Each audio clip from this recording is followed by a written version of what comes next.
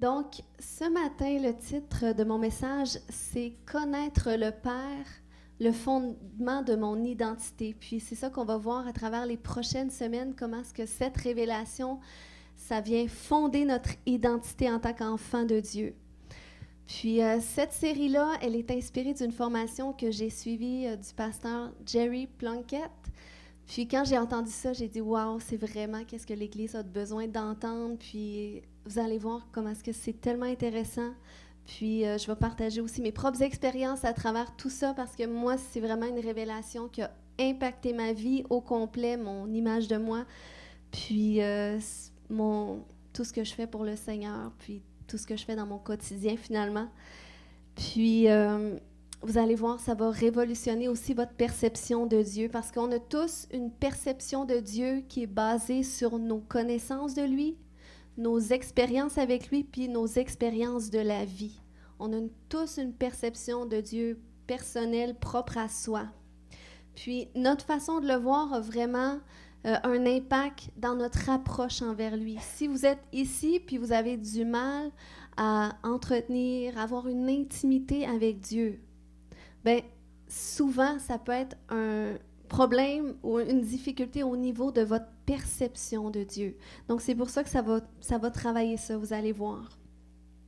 Donc, si je vous demandais comme ça en commençant, là, je voudrais 5 caractéristiques de Dieu. Comment est-ce que vous décriveriez Dieu? OK? Si je peux avoir 5 noms comme ça.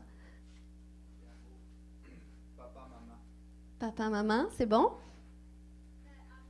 Amour. Oui? Fidèle. Sauveur. Miséricorde. Comment? Bienveillant. C'est bon, wow!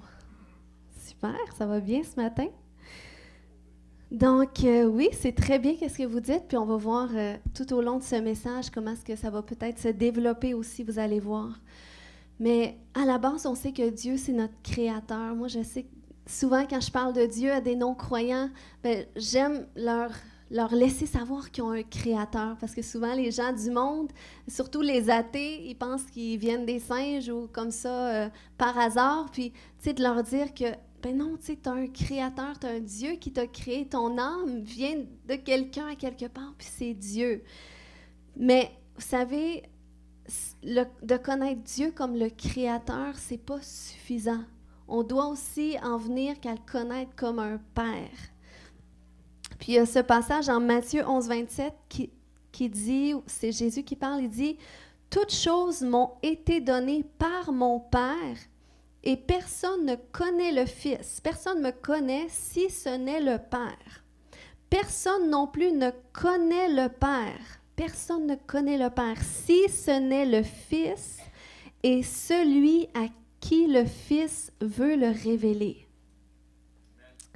Donc, la notion du jour aujourd'hui, c'est vraiment notre révélation du Père vient par le Fils. OK? Puis, parce qu'il n'y a personne qui connaît le Père, il n'y a personne qui vient comme ça avec cette notion de révélation de Dieu comme Père, si ce n'est Jésus, le Fils de Dieu, qui vient pour le révéler. Savez-vous combien de fois dans l'Ancien Testament on réfère Dieu comme un Père? Moins d'une dizaine de fois. Puis dans le Nouveau Testament, il y a beaucoup de versets qui mentionnent Dieu comme Père, c'est plus de 200 fois. Fait que c'est vraiment une révélation que Jésus a amenée à travers cette nouvelle alliance, la révélation de Dieu comme Père. La Bible nous dit dans Jean 17, 26, Jésus, c'était juste avant qu'il se fasse livrer, il priait à Dieu et dit « Je leur ai fait connaître ton nom et je leur ferai connaître, afin que l'amour dont tu m'as aimé soit en eux et que je sois en eux. » Puis il dit dans Jean 1, 18, « Personne n'a jamais vu Dieu, Dieu le Fils unique, qui est dans l'intimité du Père, est celui qui l'a fait connaître. » Dieu, le Fils unique qui est dans l'intimité du Père, est celui qui est venu faire connaître Dieu comme Père. Donc, ça a été vraiment la mission de Jésus. Puis Jésus, pourquoi qu'il avait cette révélation qui était profondément ancré parce qu'il était dans l'intimité du Père. Il était dans le Père était dans lui, et Dieu, à travers le Fils, est venu en chair sur la terre. Donc, quand Jésus parle de Dieu comme Père, eh bien, il sait de quoi qu'il parle, il sait de qui qu'il parle. Puis, c'est pas parce qu'on a une relation avec Dieu qu'on a nécessairement une révélation de qui il est, entre autres comme Père. C'est comme, on sait que Moïse a vu Dieu face à face. On voit dans Exode 33, 11 qui nous dit « L'Éternel parlait avec Moïse face à face comme un homme parle à son mari, à son ami plutôt, comme un homme parle à son ami. » Moïse voyait l'Éternel face à face, mais il n'avait pas cette révélation de Dieu comme Père. Donc même nous, dans notre relation personnelle avec Dieu, on peut avoir une relation avec Dieu, mais pas le voir aussi comme un Père. On peut voir Dieu, on peut parler de Dieu, on peut prier Dieu, on peut prier Jésus, mais ne pas voir Dieu comme un Père. Puis il y a vraiment une nuance entre les deux à comprendre. Lorsqu'on lit, vous remarquerez les différents épîtres, qu'est-ce que Paul a écrit. Tu sais, au début de ses lettres, il va tout le temps s'adresser au peuple dans le nom de Jésus, puis il va parler de Dieu le Père. Vous remarquerez, puis je crois personnellement que le fait que l'apôtre Paul avait cette révélation de Dieu comme Père, ça l'a été participant de tous les exploits qu'il a accomplis pour le Seigneur, l'apôtre Paul, parce qu'il avait cette révélation-là de Dieu comme Père, puis vous le verrez comment est-ce qu'il en parle à travers ses épîtres, presque à toutes les fois qu'il mentionne Dieu, il parle Dieu le Père. Parce qu'il faut savoir qu'à la base, cette révélation-là n'était pas comprise dans l'Ancien Testament. C'est pour ça qu'en dernier, eh bien, Jésus vient préciser cette mission qu'il a remplie. Dans Jean 17:6, il dit « J'ai fait connaître ton nom aux hommes que tu m'as donnés du milieu du monde. Ils étaient à toi et tu me les as donnés. Et ils ont gardé ta parole. » Et là, au verset 26, il dit « Je leur ai fait connaître ton nom et je leur ferai connaître. » Donc, Jésus est vraiment venu pour remplir cette mission de faire connaître le nom de Dieu. Mais ce n'était pas terminé, donc c'est pour ça qu'il dit « Je leur ai fait connaître et je leur ferai connaître. » Il y a d'autres versions qui disent « Je leur ferai connaître encore. » Puis, il faut savoir que lorsque Jésus s'adresse à ses disciples comme ça, c'était vraiment juste avant qu'il soit livré. Dans le fond, c'était les dernières instructions qu'il donnait à ses disciples parce qu'il avait déjà annoncé, il avait déjà partagé le dernier repas ensemble.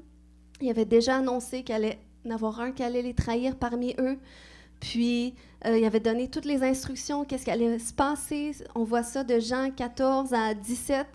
Puis là, Jésus, il fait cette prière-là aussi pour clore tout ce qu'il a fait. Puis là, il dit, « Je leur ai fait connaître ton nom. » Puis, tu sais, vous savez que la notion du nom dans la Bible, c'est quelque chose de très important.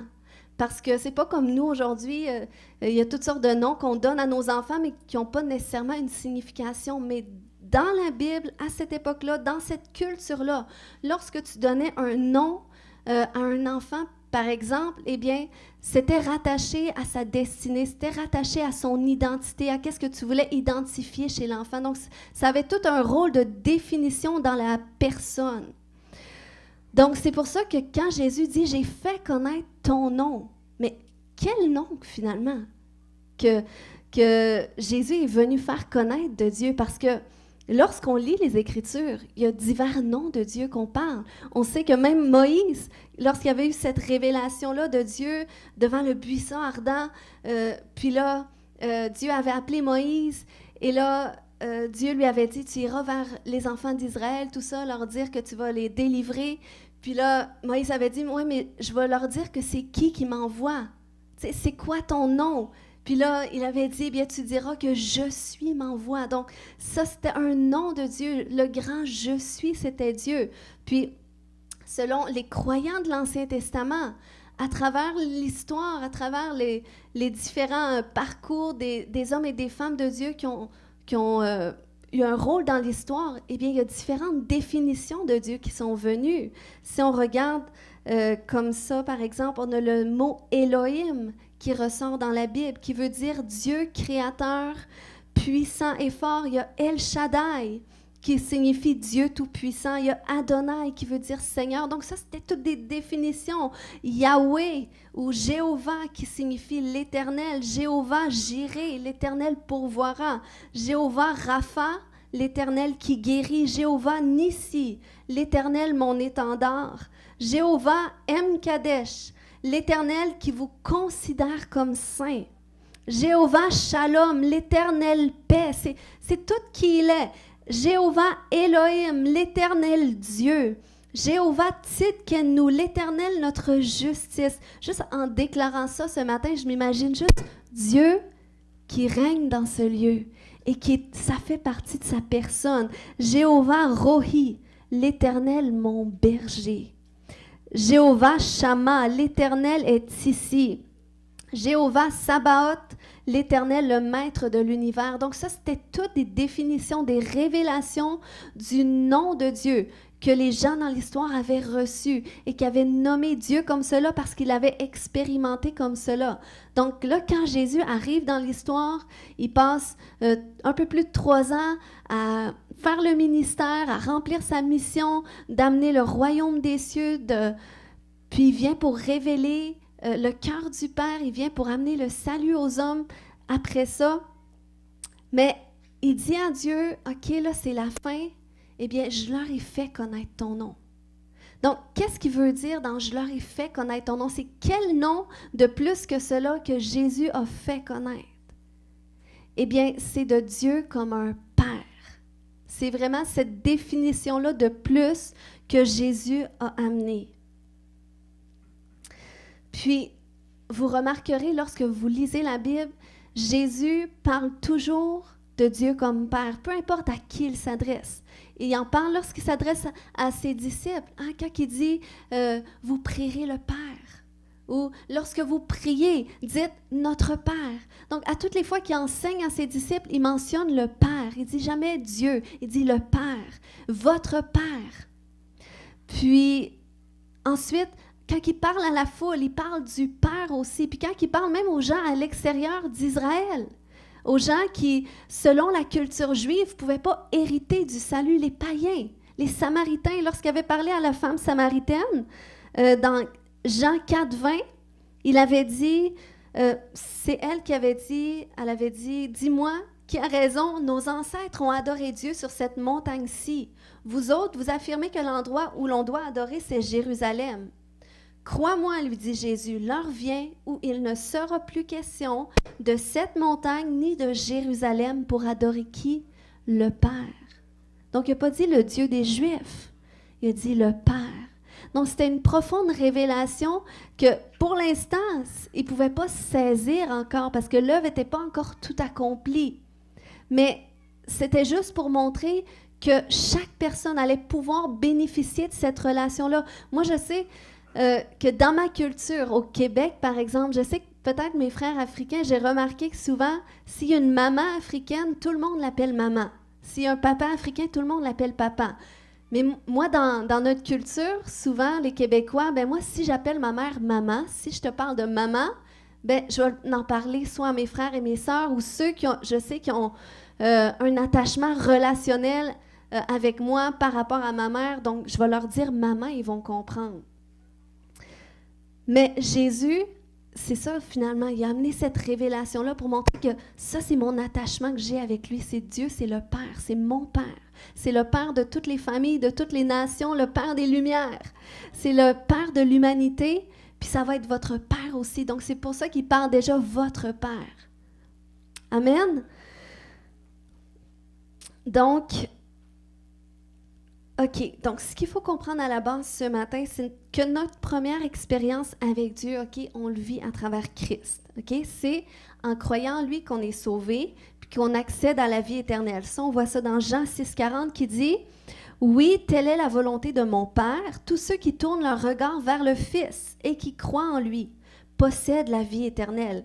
Et moi, je les ressusciterai au dernier jour. » OK, donc ça, c'est vraiment la première étape. Lorsque tu crois en Jésus, lorsque tu amènes quelqu'un à Jésus, tu l'introduis à Jésus. Et c'est comme ça que cette personne-là peut expérimenter le salut et avoir accès à la vie éternelle. Puis ensuite, il ajoute aussi, personne ne peut venir à moi si le Père qui m'a envoyé ne l'attire. Donc, vous voyez, c'est intéressant comment est-ce qu'on voit que le Père et le Fils travaillent ensemble. Parce que oui, c'est Jésus qui vient nous amener le salut, c'est Jésus qui vient nous révéler le Père, mais c'est le Père qui nous attire à Jésus. Donc, c'est... Amen. Puis, dans le fond, le Père, il vient pour nous révéler Jésus, pour qu'on soit sauvés. Puis Jésus, quand il vient dans notre vie, eh bien, lui, il vient nous révéler qui est le Père pour qu'on devienne des fils et des filles. Amen. Donc, vous voyez, à travers ça, on comprend qu'il y a 2 étapes. Il y a l'étape où est-ce que tu expérimentes le salut, la nouvelle naissance à travers Christ, tu acceptes Jésus dans ta vie, puis c'est là que tu expérimentes surnaturellement une réconciliation avec Dieu. Parce que là, tu vis surnaturellement le pardon de tes péchés, tu vis la liberté par rapport à tout ce que tu as commis dans ton passé. Et ça, c'est à travers cette réconciliation-là que Dieu amène, à travers ton salut, lorsque tu acceptes Jésus. Mais après ça, lorsque tu grandis dans ta relation avec Dieu, eh bien, Jésus vient par le Saint-Esprit pour te révéler vraiment qui est le Père. Cette révélation du Père qui est tellement primordiale. Puis, c'est ça. Ce qu'il faut savoir, c'est que, dans le fond, Jésus, il le révèle à travers le Saint-Esprit. Parce que même lorsque Jésus, oui, sa mission, ça a été de venir révéler le Père. Puis tu sais, des fois, il y a des gens qui se disent « Ah, ça serait été tellement moins compliqué de vivre ma foi à l'époque de Jésus. » Est-ce qu'il y a des gens qui ont déjà pensé ça? Il me semble, si j'aurais vécu à l'époque de Jésus, ça serait été plus simple, j'aurais été avec les disciples, puis on s'aurait bien entendu, puis j'aurais pas eu toutes les difficultés que j'ai aujourd'hui, les combats avec les gens, puis tout ça. Mais vous savez, même les disciples qui ont passé plus de 3 ans aux côtés de Jésus, ils saisissaient même pas tout ce que Jésus leur avait amené. Parce qu'on voit l'exemple, juste dans Jean 14, puis je vous invite à le lire cette semaine. Dans le fond, Jésus, il est en train de donner les instructions dans Jean 14, 7, il dit « Si vous me connaissiez, vous connaîtriez aussi mon Père, et dès maintenant, vous le connaissez, et vous l'avez vu. » Donc, il est en train de leur dire « C'est bon, j'ai accompli ma mission, je vous ai révélé le Père. » Mais là, Philippe lui dit « Seigneur, montre-nous le Père, et cela nous suffit. » Jésus lui dit « Il y a si longtemps que je suis avec vous, et tu ne m'as pas connu, Philippe. Celui qui m'a vu a vu le Père. Mais comment tu dis, montre-nous le Père? » Donc, vous voyez, même Philippe, qui avait été aux côtés de Jésus, il ne saisissait pas. Et c'est pour ça que Jésus devait aller à la croix. Tu sais, quand Jésus a dit à ses disciples, « J'ai encore beaucoup de choses à vous dire. Mais je ne peux pas vous les dire tout de suite. Vous ne pouvez pas les contenir maintenant. » Donc, Jésus devait partir parce que ça devait être le Saint-Esprit qui allait venir puis continuer d'enseigner les disciples, les apôtres. Donc, c'est pour ça qu'il ne faut pas s'en faire, nous aussi, si aujourd'hui, imaginez, si eux, ils ont passé 3 ans à côté de Jésus puis ils n'avaient pas encore tout saisi, pensez-vous que nous, on a tout saisi, même si on peut avoir 20 ans, 25 ans de vie chrétienne? Non, parce que c'est le Saint-Esprit qui nous amène de révélation en révélation. Il nous amène à grandir dans la connaissance des vérités de la parole de Dieu.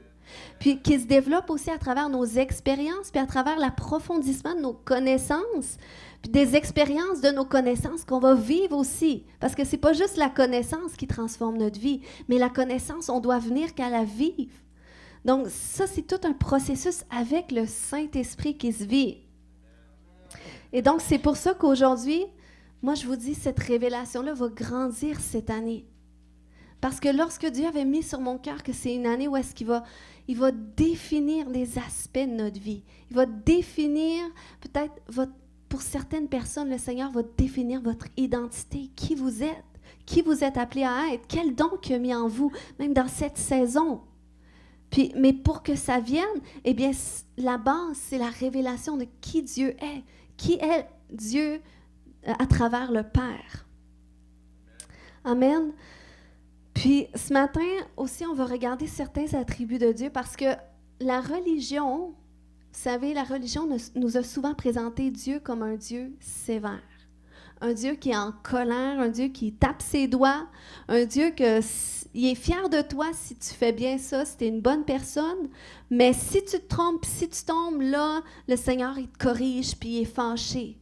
Puis il y a beaucoup de chrétiens, même dans les églises, qui ont ces racines-là. Ils ne le voient pas parce que c'est profondément enraciné. Ça vient d'un héritage souvent qui est générationnel, qui est à travers l'éducation. Mais ça a vraiment un impact dans leur approche de Dieu.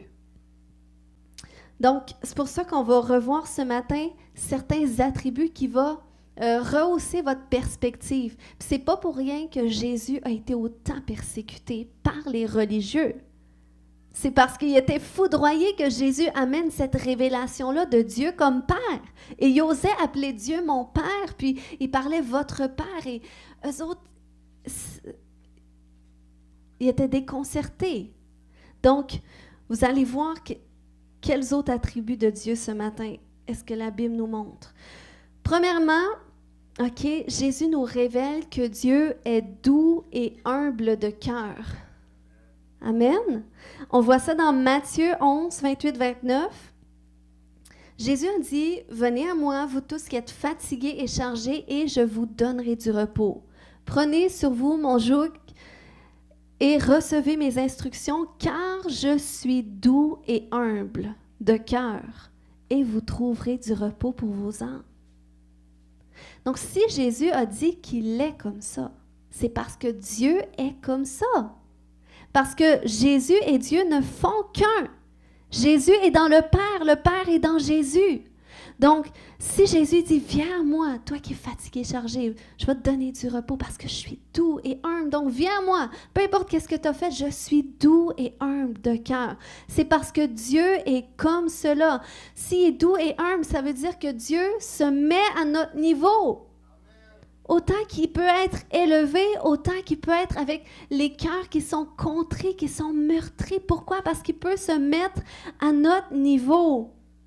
Puis c'est pas pour rien que Dieu s'est fait chair pour venir sur terre. Donc c'est pour ça qu'il peut venir nous rencontrer dans nos difficultés. C'est pour ça que Jésus s'assoyait avec les pécheurs. C'était pas pour participer à leurs péchés ou pour les approuver, mais c'était parce qu'il était capable de se mettre à leur niveau, au niveau de leur souffrance qui les amenait à pécher, pour qu'ils puissent être la réponse à leur souffrance, pour les relever.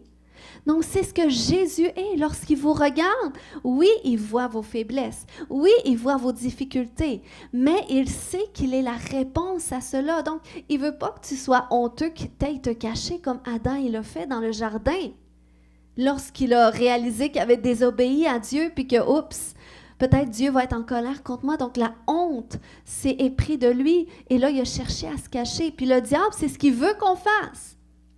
Il veut qu'on pense que c'est sûr que Dieu ne veut pas me bénir, ou comment est-ce que Dieu voudrait me révéler des choses si là j'ai encore fait telle chose. Puis non, il est la réponse. Dieu est doux et humble de cœur. Il est miséricordieux et compatissant. C'est pour ça qu'il a dit dans Hébreux 4,15, car nous n'avons pas un souverain sacrificateur qui ne puisse pas compatir à nos faiblesses. Au contraire, il a été tenté comme nous.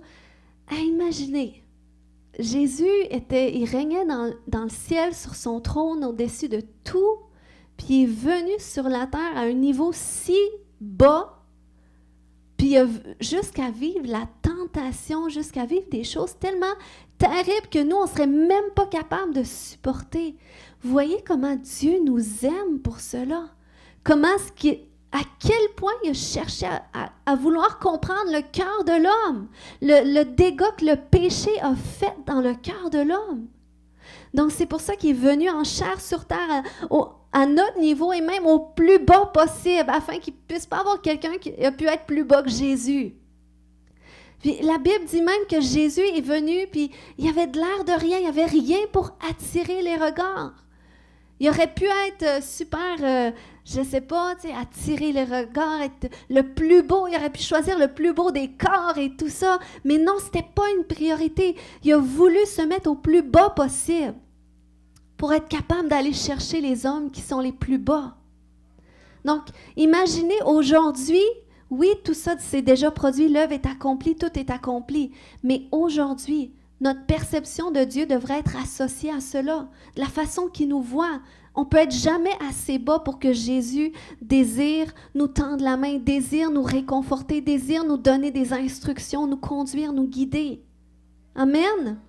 Puis, on sait que Christ est passé aussi par une panoplie d'émotions, tu sais, quand il dit qu'il a été tenté en toutes choses. Il a vécu l'indignation lorsque les disciples ont cherché à tasser les enfants, à empêcher les enfants qui viennent vers Jésus. Eh bien, la Bible nous dit que Jésus fut indigné. Donc, il a vécu aussi des émotions négatives. Il a vécu de la colère. Lorsqu'il a renversé les tables dans le temple, il était fâché. Il y avait de la colère en dedans de lui. Lorsqu'il était à Gethsémani, il a vécu des angoisses, il a vécu de la peur, une peur qui est tellement profonde, une anxiété. Donc, lorsque tu vis ces choses-là, il peut compatir à ta souffrance, à ta blessure, afin qu'il puisse te relever. Donc, c'est ça que ça veut dire lorsque la Bible nous dit qu'il est doux et humble de cœur. Donc, il n'est pas là pour nous condamner, mais il est là toujours pour nous relever. Et c'est ce que j'aime du Dieu de la nouvelle alliance. C'est une nouvelle alliance. Oui, dans l'Ancien Testament, si tu péchais contre un des commandements, tu étais condamné. Mais là, on est dans une nouvelle alliance, une alliance de grâce, une alliance où est-ce que Dieu veut toujours te relever. Il veut toujours te ramener sur le droit chemin. Il veut toujours t'édifier. Amen. Deuxièmement, un autre attribut, Dieu est affectueux. Les disciples, ceux qui ont accepté de suivre Jésus, qui ont accepté de tout abandonner, c'est ceux qui ont été touchés par son amour. Ils pouvaient, j'imagine juste un instant comment est-ce qu'ils devaient ressentir l'amour de Dieu. Tu sais, nous, quand on vit des moments dans la présence de Dieu, puis tu sens sa présence, tu sens, c'est extraordinaire la présence de Dieu. C'est encore mieux que lorsque tu expérimentes, tu sais, les papillons, là, les premiers papillons. Tu sais, quelqu'un a déjà été amoureux? Personne? Bon, j'espère que votre mari ou votre femme ne sera pas vexé. Mais pour ceux qui ont déjà expérimenté, tu sais, ces papillons-là, quand tu es en amour, eh bien, la présence de Dieu, c'est encore plus que ça. C'est inexplicable. Eh bien, c'est ce que les disciples ressentaient à travers Jésus, puis ils sentaient cet amour du Père. Cet amour de Dieu. Donc, c'est pour ça qu'il y a même un disciple que la Bible nous dit, Jean, qui était collé souvent à Jésus, était sur la poitrine de Jésus. Pourquoi? Parce qu'il avait compris cette révélation de la proximité de Dieu, de l'affection de Dieu. Comment est-ce qu'il nous aime, puis qu'il veut aussi communiquer son amour. Fait que lui, il ne voulait rien manquer.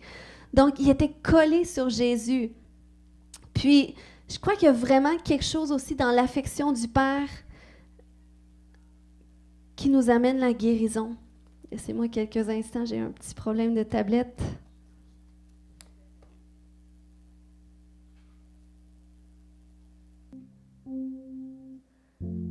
Alléluia.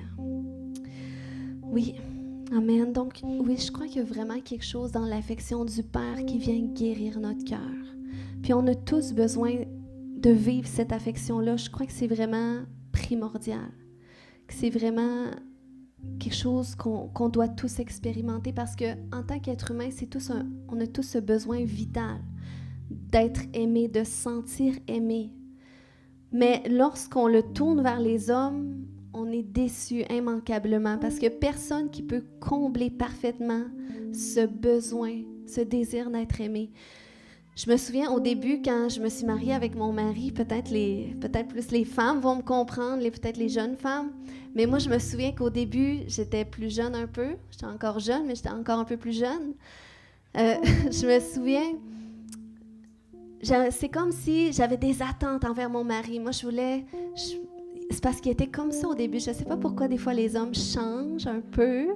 Mais moi, je me disais, il va être comme un prince charmant, comme je vois dans les contes de fées. C'était ça sur ma liste, là. Tu sais, quand tu fais une liste à Dieu du mari que tu veux, il va être un prince charmant. Il va être romantique, il va être tendre, affectueux, doux, puis donner tous les compliments, l'affection. Puis c'était mes attentes, c'était comme ça que je voyais l'homme. Mais ça a été ça au début, puis j'étais heureuse de ça, tout ça, puis après ça, on s'est mariés, la routine est embarquée, puis là, oh. Puis là, à un moment donné, ça a passé un petit peu. Puis là, j'étais fâchée, puis là, je boudais. Y a-t-il des femmes qui boudent des fois? Je boudais, je boudais. Aujourd'hui, je boude plus. Quand je boude devant le Seigneur, puis le Seigneur règle ça. Donc, avant que mon mari se rende compte que je boudais, je le traite avec le Seigneur avant. Puis là, je boudais de tout ça. Puis c'est comme, j'avais pas cette compréhension-là que j'ai aujourd'hui, que dans le fond, c'est Dieu qui doit être ma source première de l'affection, de l'amour, de la reconnaissance, des compliments, des choses que j'ai besoin. Puis tout le monde en a besoin de ça. Il n'y a personne qui peut dire « Ah, mais moi, j'ai besoin de personne. J'ai pas besoin que personne me colle. Moi, j'aime pas ça me faire coller. J'aime pas ça me faire dire des belles choses. » Non, ça, c'est les cœurs endurcis qui disent ça. Mais Dieu, même, il veut aussi montrer sa tendresse aux cœurs qui sont endurcis, qui ont été blessés comme ça aussi. Parce que il y a quelque chose dans l'affection du Père qui guérit. Puis pourquoi je partage ce petit témoignage, c'est que je sais que des fois, il y a des gens que quand on leur donne pas l'attention qu'ils veulent ou qu'on leur donne pas qu'est-ce que les attentes, tu sais, qu'on répond pas à leurs attentes, qu'ils auraient aimé ça, qu'on soit d'une telle façon avec eux, eh bien, ils vont bouder. Puis, c'est comme si qu'ils nous donnaient la responsabilité de la reconnaissance qu'ils avaient besoin. Mais c'est pour ça qu'on doit l'amener vers Dieu, ces choses-là. C'est des choses normales, on a tous besoin de ça. Mais c'est juste qu'on doit les tourner vers Dieu. Puis Dieu va parfaitement le combler. Amen. Ensuite, un autre attribut de Dieu, il est un Dieu joyeux. Saviez-vous que Dieu est joyeux? Hein? La religion nous parle de Dieu comme un Dieu qui est sérieux, qui est sévère, puis faut que tu tiennes les fesses serrées. Hein? Je ne sais pas si c'est une expression, peut-être que vous avez déjà entendu, mais c'est au Québec, souvent, c'est ce qu'on dit. C'est ce qui se dit dans les familles, mais on pense que Dieu est comme ça. Puis on doit faire attention à ce qu'on dit, puis sinon, c'est comme si tu es content, si tu es trop expressif, ben là, c'est la chair, puis là, Dieu n'est plus là. Mais Dieu, il est décontracté. Dieu, la Bible nous dit que Dieu siège dans les cieux et il rit. Donc, Dieu, il rit. S'il rit, bon, là, dans ce verset-là, il rit parce qu'il se moque des méchants sur la terre qui pensent qu'ils règnent. Mais Dieu, il rit aussi, on va voir plus loin tantôt, d'autres versets qui nous montrent que Dieu expérimente la joie. Si on a été créé à l'image de Dieu, ça veut dire que comme nous sommes, c'est comme ça que Dieu il est. Et comme Dieu est, c'est comme ça que nous sommes. Puis lorsqu'on a de la joie, du plaisir ensemble, Dieu, il est là-dedans aussi. Dieu, il se manifeste au milieu des réjouissances. Il siège dans la louange. Est-ce qu'une louange sérieuse, c'est vraiment une louange qui est authentique, vous pensez? Non, c'est la louange lorsque tu exprimes la reconnaissance. Tu es content, tu es joyeux, tu ris. Puis Dieu aime lorsqu'on rit aussi. Même le sens de l'humour. Saviez-vous qu'il n'y a personne qui rit de la même façon? Hein? Il n'y a personne qui a une expression faciale pareille dans le rire. Puis ça, c'est Dieu qui l'a créé. Puis Dieu aime qu'on rit. Il aime nous voir avec du plaisir. Moi, je me souviens, mon mari, lorsqu'il a conquéri mon cœur, il me faisait rire. Puis ça me faisait du bien parce que j'étais tellement rendue très sérieuse avec Dieu. J'étais tellement rendue radicale qu'il me faisait rire. Puis je vous dis, les hommes, si vous devez conquérir une femme, faites-le rire. Arrêtez d'être trop sérieux. Les femmes ont besoin de rire aussi. Ils ont besoin de voir les hommes qui sont plaisants. Amen. Puis la Bible, pas la Bible, mais les études nous montrent que le rire, c'est bon pour la santé. Donc, si c'est bon pour la santé, pour le stress, puis pour tout ça, ça veut dire que c'est correct. Ça veut dire que même quand tu loues le Seigneur, dans la présence de Dieu, tu as le droit de rire. Est-ce qu'il y a des gens qui ont déjà expérimenté l'ivresse du Saint-Esprit, de rire à pu finir pour rien? Amen, quelques personnes. Alléluia. Oui, ça fait longtemps. Et moi, je me positionne pour ça ce matin. Je prie parce qu'il y a quelque chose dans le rire qui vient guérir nos cœurs, qui permet à la joie de Dieu, lorsque c'est un rire divin, il y a vraiment quelque chose de transformateur là-dedans. Puis, il y a un verset dans la Bible qui nous montre à un moment donné que que Jésus, dans Luc 10, 21, c'était quand les disciples, ils avaient, je crois que c'était dans l'histoire où est-ce qu'ils avaient envoyé 2 par 2, puis qu'ils chassaient les démons, tout ça. Puis là, les disciples étaient contents, tout ça. Puis là, la Bible dit dans Luc 10, 21, en ce moment même, Jésus tressaillit de joie par le Saint-Esprit. Et il dit, je te loue, Père, Seigneur du ciel et de la terre, de ce que tu as caché ces choses aux sages et aux intelligents et de ce que tu les as révélées aux enfants. Oui, Père, je te loue de ce que tu l'as voulu ainsi. Il dit, Jésus tressaillit de joie. Ça veut dire qu'il s'est réjoui fortement. Il était extrêmement heureux. Puis un des fruits de l'esprit, dans Galates 5, 22, la joie. Romains 14, 17 nous dit que le royaume de Dieu, c'est la justice, la paix et la joie par le Saint-Esprit. Donc, est-ce qu'on peut être un peu plus décontracté? On a le droit de rire, d'être joyeux, d'être content, de se réjouir. Amen, parce que notre Dieu, il est comme ça. Puis lorsque Jésus était sur la terre, c'est comme ça que Jésus était. Il était joyeux. S'il a amené la manifestation du royaume de Dieu, c'est qu'il était rempli du Saint-Esprit, il était rempli de paix et de joie aussi. Amen. Puis c'est ce qu'il veut qu'on vive même dans sa maison. Amen. Tu sais, lorsque la Bible nous dit que Jésus a été loin pour annoncer une bonne nouvelle. Si c'est une bonne nouvelle, c'est une nouvelle qui rend heureux. Donc, le message de l'Évangile, c'est ça le message de la bonne nouvelle. Lorsqu'on propage la bonne nouvelle, ça devrait être un message qui amène la joie aux gens.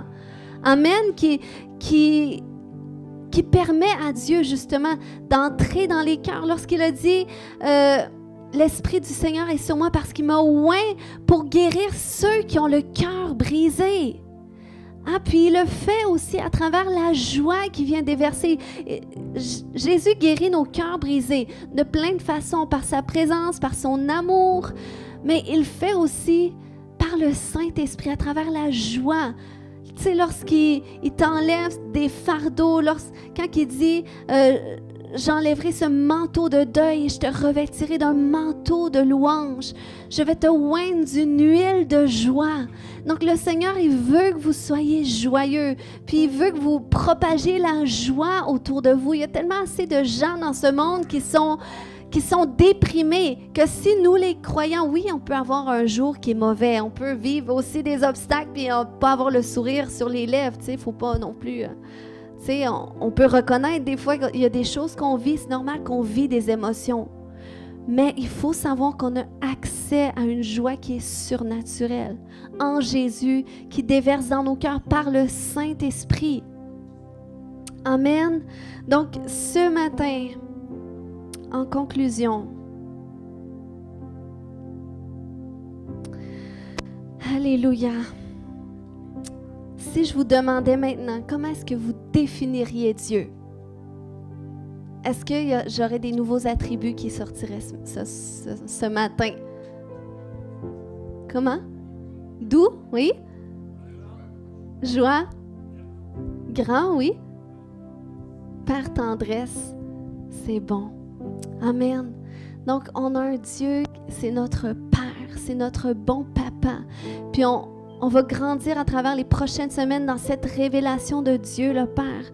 Jésus, vous savez, comme j'ai lu tout à l'heure dans Jean 17, 26, il a dit, « Je leur ai fait connaître ton nom et je leur ferai connaître encore, afin que l'amour dont tu m'as aimé soit en eux. » C'est vraiment cette révélation-là de Dieu comme Père qui débloque l'amour de Dieu en nous, qui nous permet de marcher dans l'amour de Dieu, qui nous permet de marcher dans cette révélation-là de son amour qui transforme notre vie, qui impacte notre vie au complet.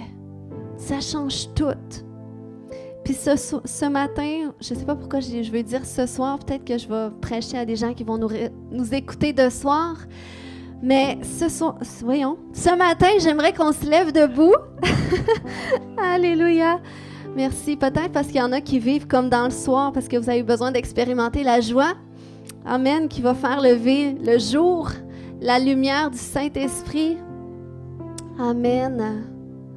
Alléluia. Seigneur, je te remercie. Je te remercie Père, parce que c'est toi qui nous as attirés à toi. Tu nous as attirés à toi par l'entremise de quelqu'un qui nous a parlé de Jésus.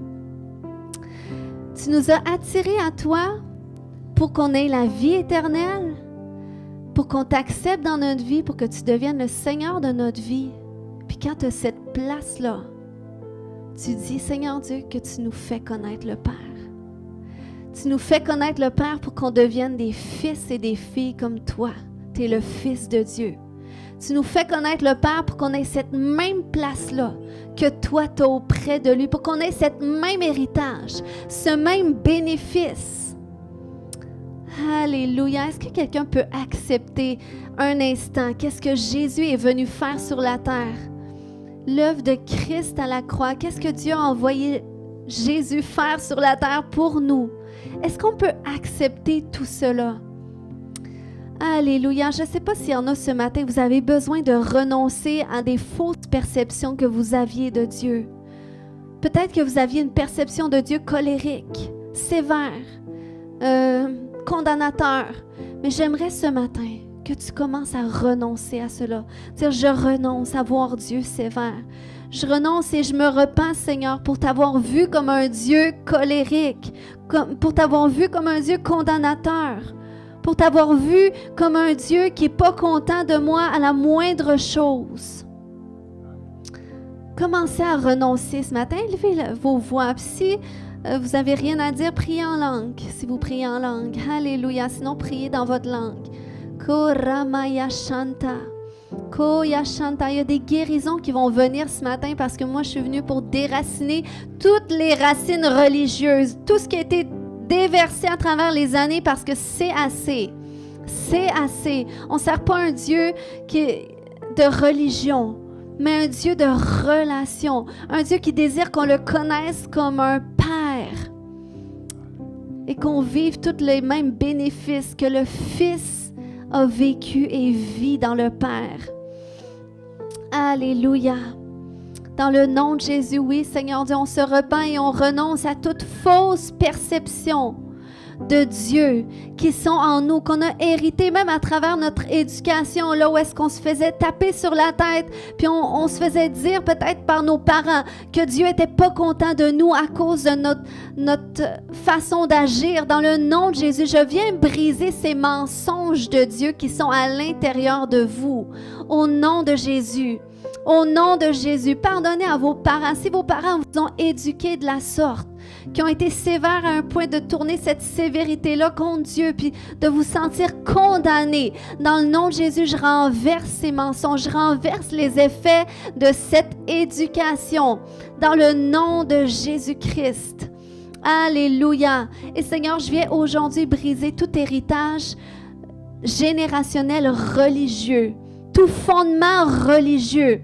Au nom de Jésus, tout ce qui nous a montré que Dieu était un Dieu sérieux, qui était un Dieu qui était un Dieu plate. Alléluia, on ne sert pas un Dieu plate, on sert un Dieu qui est vivant, qui est un Dieu mort, qui est un Dieu qui nous punit par la maladie, qui nous punit par les obstacles, par la pauvreté. Non, on renonce à ces mensonges dans le nom de Jésus-Christ. Puis je commande à tous les esprits qui sont associés à tous ces mensonges, tous les esprits qui sont venus par ces fausses doctrines, ces fausses connaissances, dans le nom de Jésus, tous les esprits religieux, tous les esprits de pauvreté, dans le nom de Jésus, je vous commande de quitter chacune des vies. Maintenant, par la puissance du Saint-Esprit, vous libérez. Maintenant, au nom de Jésus, maintenant, Koramaya Shata, Kemamaya Shotoma Rekete, Koya Shotodoma Rekete, Koya Shotodomamaya Shakata,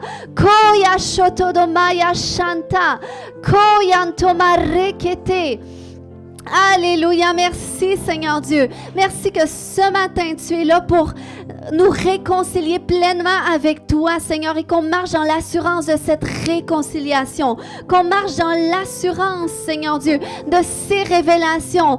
Seigneur, que tu es doux et humble, que tu es affectueux, que tu es content de nous, que tu nous aimes, Seigneur Dieu, que tu désires être continuellement en communion avec nous. Ça ne dépend pas de ce qu'on fait, de ce qu'on dit, Mais Seigneur, c'est simplement l'œuvre de la grâce et on l'accepte au nom de Jésus. Alléluia, alléluia. Laisse l'amour du Père faire une œuvre dans ton cœur aujourd'hui. Korakamaya Shanta, Koya Shonto Marekete de Yeshete, Koya Shata. Père éternel, je te demande de venir déverser ton amour dans les cœurs. Parce que Jésus a dit que lorsqu'il fait connaître ton nom, c'est là que ton amour vient en eux. Donc, je te prie, Jésus, de faire descendre l'amour du Père dans les cœurs ce matin. Viens, Papa, viens inonder nos cœurs de ton amour. Je prie, alléluia, Saint-Esprit. Korakamaya shotoma rekete, koya shata, déverse ton amour qui guérit les cœurs, ton amour, Seigneur Dieu, qui couvre toutes les fautes, ton amour qui restaure, ton amour qui nettoie. Alléluia, par son amour, le Seigneur ce matin, il vient faire tomber des barrières de mensonges, tout ce qui s'opposait entre toi et Dieu, tombe ce matin par des vagues de son amour. Alléluia. Est-ce qu'il y a des gens qui reçoivent ce matin? Si tu sens que Dieu fait une œuvre, tu peux venir devant, tu peux rester à ta place, mais reste concentré, reste dans sa présence ce matin et reçois qu'est-ce qu'il fait. Korakamaya shoto, koya shoto marekete, koya shata. On reçoit, Seigneur Dieu, oui, tes vagues d'amour. Ton amour frais, koya shoto marekete, koya shata marekete, koya shoto marakata. Je crois que le Saint-Esprit est ici aujourd'hui. Il est ici, alléluia, pour faire un baptême d'esprit de feu, une ivresse dans l'esprit. Koya shotoma rekete, il veut faire tomber la joie. Ce matin, s'il y a des gens qui veulent recevoir cela, qui veulent vivre cela ce matin, commencez à vous positionner. Korakamaya shata, viens Saint-Esprit. Je prie pour une vague de joie. Saint-Esprit. Oh, viens déverser la joie dans nos cœurs. La joie, koya shata. Tu nous oins d'une huile de joie. Koya shata. Oh, Saint-Esprit, souffle. Alléluia. Roko